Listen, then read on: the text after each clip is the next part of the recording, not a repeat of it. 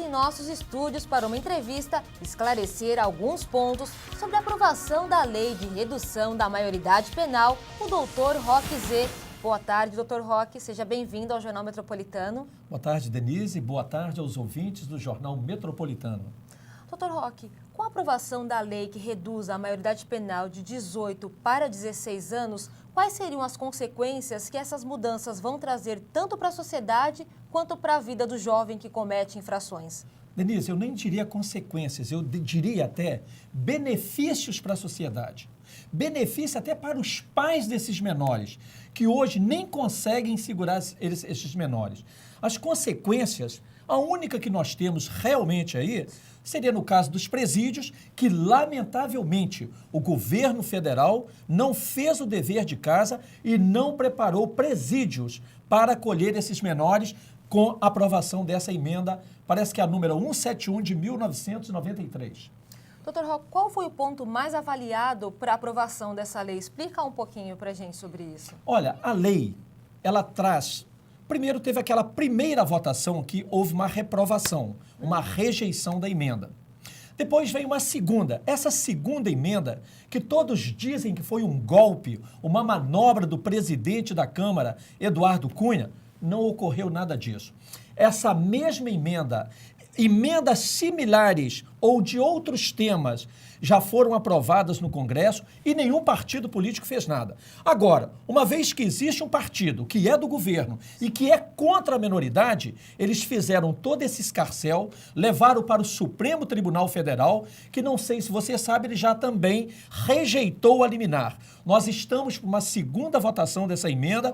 Essa emenda está sendo muito bem recebida por toda a nossa sociedade. Por quê? Porque a maioria absoluta da população hoje aprova essa emenda. O senhor acha que com a aprovação dessa lei, a sociedade está se sentindo um pouco mais segura?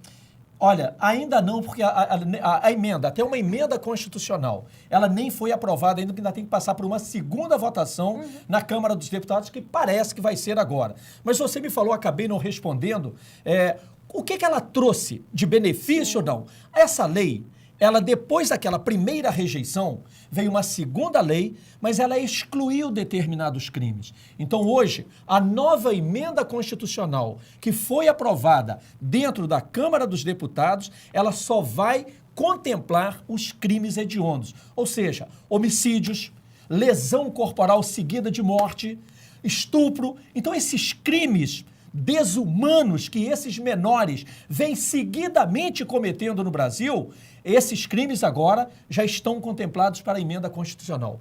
Eu vou falar mais uma coisa, Denise. Alguns juristas, tanto de um lado como de outro, vêm afirmando aí, em diversas reportagens, notícias que a gente vai assistindo no decorrer da nossa vida, que esta emenda constitucional, ela afronta, ela viola a Constituição Federal. Sim. Não é verdade. E não é verdade por quê? Porque a própria Constituição permite essa alteração. A própria Constituição é que dá as regras para a emenda. E a emenda constitucional está sendo feita por um poderoso departamento jurídico dentro do Congresso Nacional, dentro da Câmara dos Deputados e, em momento algum, afronta a Constituição Federal. É claro que no direito, nós sempre vamos ter duas posições, uma favorável, outra contrária. Com certeza, e agora vai vir um juiz para decidir. E isso é ou não contrário à lei? No caso, efetivamente, da redução da maioridade penal, ela é constitucional, é lícita e pode sim ser aprovada. Doutor Roque, qual seria o seu ponto de vista em relação a essa segunda votação?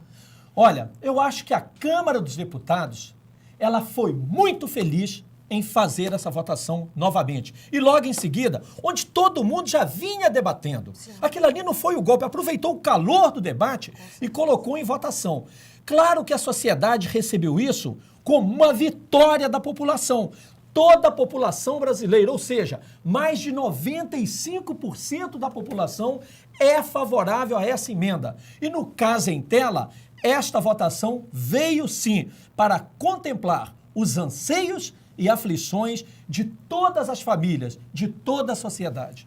Até mesmo porque os casos cresceram muito nos últimos meses, né? Exatamente, Denise. Eu não sei se você viu, houve uma pesquisa recentemente, eu não lembro qual foi o jornal que colocou, mas eu acho que todos tiveram a oportunidade de publicar. Nós tivemos uma elevação muito grande de crimes. Sim. Mas agora, por incrível que pareça, no 78, nos 30 anos de ECA, a lei do Estatuto do Menor, da Criança, Sim, do Menor e do Adolescente, por incrível que pareça, o maior índice foi exatamente o índice dos menores. Esse foi o mais elevado. Por incrível que pareça, talvez seja em razão do ECA ter sido, sim, uma lei bastante paternalista para esses menores. Agora, doutor Roque, em relação, o jovem com 16 anos, não obrigatoriamente, ele já pode votar. O senhor acha que ele também é responsável pelos atos que ele comete com 16 anos? Com certeza. Denise, olha aqui, ó, você foi muito bem quando você entrou em um direito legítimo do jovem de 16 anos que pode votar. Eu vou falar com sinceridade, tem países que a menoridade é punida até os 7 anos, 8 anos, 9 anos, entendeu? É punido e vai para prisão. Ficam presos, são condenados. E no Brasil, nós estamos fazendo toda essa revolução junto com a sociedade para falar unicamente que o menor não pode responder pelos seus atos. Eu pergunto a você, as crianças, os jovens, eles foram feitos para sentar nos bancos escolares, para ir para as escolas, para festas, ir para as festas, para brincar.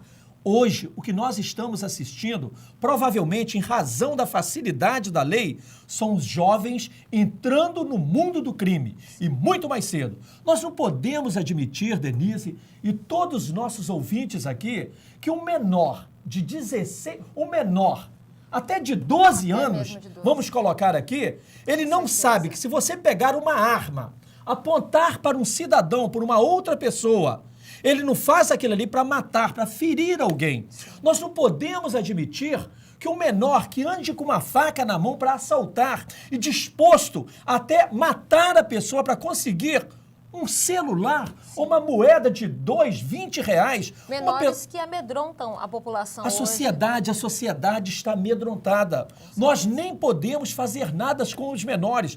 Por um acaso, se você tentar, até por sua conta própria, segurar um menor desse, você pode sim até responder perante a sociedade por isso. A sociedade não suporta mais e nós precisamos sim, o Congresso Nacional, que nós elegemos, os nossos deputados, os nossos senadores, tem sim que tomar uma decisão imediata para solucionar esse problema. O que nós não podemos permitir é que um garotinho de 17 anos, 11 meses e 29 dias, ele não responda pelo um crime hediondo que ele pratica. Ele entra na sua casa, dentro do seu lar, se ele estuprar sua família, matar seus familiares, ele não vai poder ficar preso. Ele vai ficar detido, vai ficar lá 3 anos, responder 3 anos, depois sai como se não tivesse feito mais nada. Isso não é lei. Isso é um estímulo, um incentivo à criminalidade no Brasil. Com certeza. São as medidas socioeducativas, que não está educando ninguém. Pelo contrário, estimulando, incentivando os menores. Doutor Roque, qual seria a visão da OAB perante a essa situação toda? Olha, eu vou falar com sinceridade. A OAB, ela tomou uma posição, provavelmente sem consultar a categoria. A OAB, hoje, ela é visceralmente contrário à menoridade penal. Inclusive, parece que já houve até um embate entre o presidente da Câmara e o presidente nacional da OAB, Marcos Vinícius. Houve uma briga entre esses dois presidentes.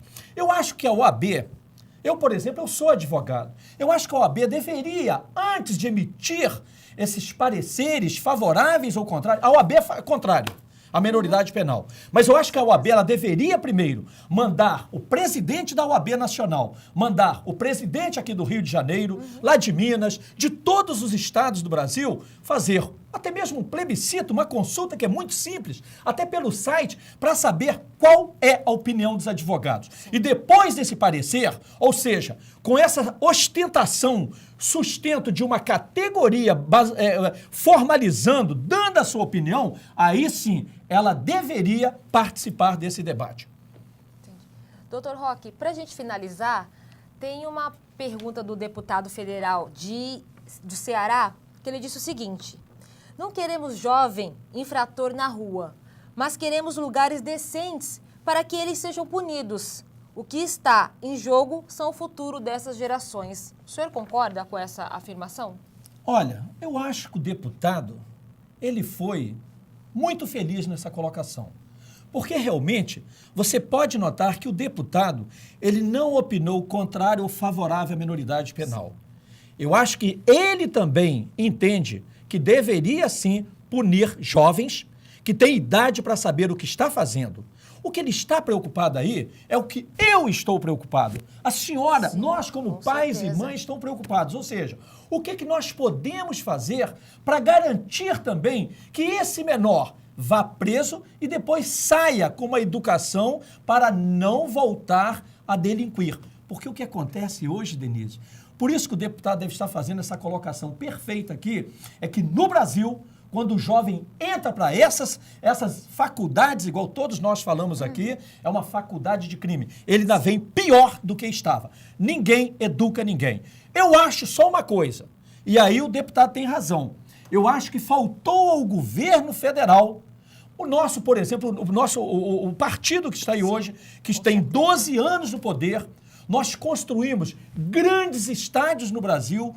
Por que nós não nos preocupamos com isso? Então, as nossas cadeias realmente são depósitos de seres humanos. E o governo federal, o poder judiciário, a OAB e o poder legislativo deveria sim já estar trabalhando, não para ir contra essa emenda, mas já trabalhando para arrumar uma forma, um jeito de colocar essas pessoas para não voltarem a praticar o mesmo crime.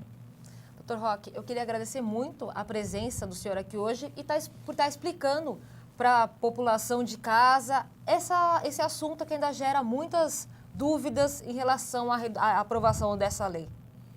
Eu acho o seguinte, eu também agradeço a oportunidade e os debates estão apenas começando, ainda tem mais votação tanto na Câmara dos Deputados quanto no Senado Federal. Mas eu espero que passe até a menoridade dos 18 para 16 anos, que vai sim resolver, pelo menos, Denise, parcialmente, a situação da criminalidade do menor hoje no Brasil. Muito obrigado. Eu acho que é o que todos esperam, né? Com certeza.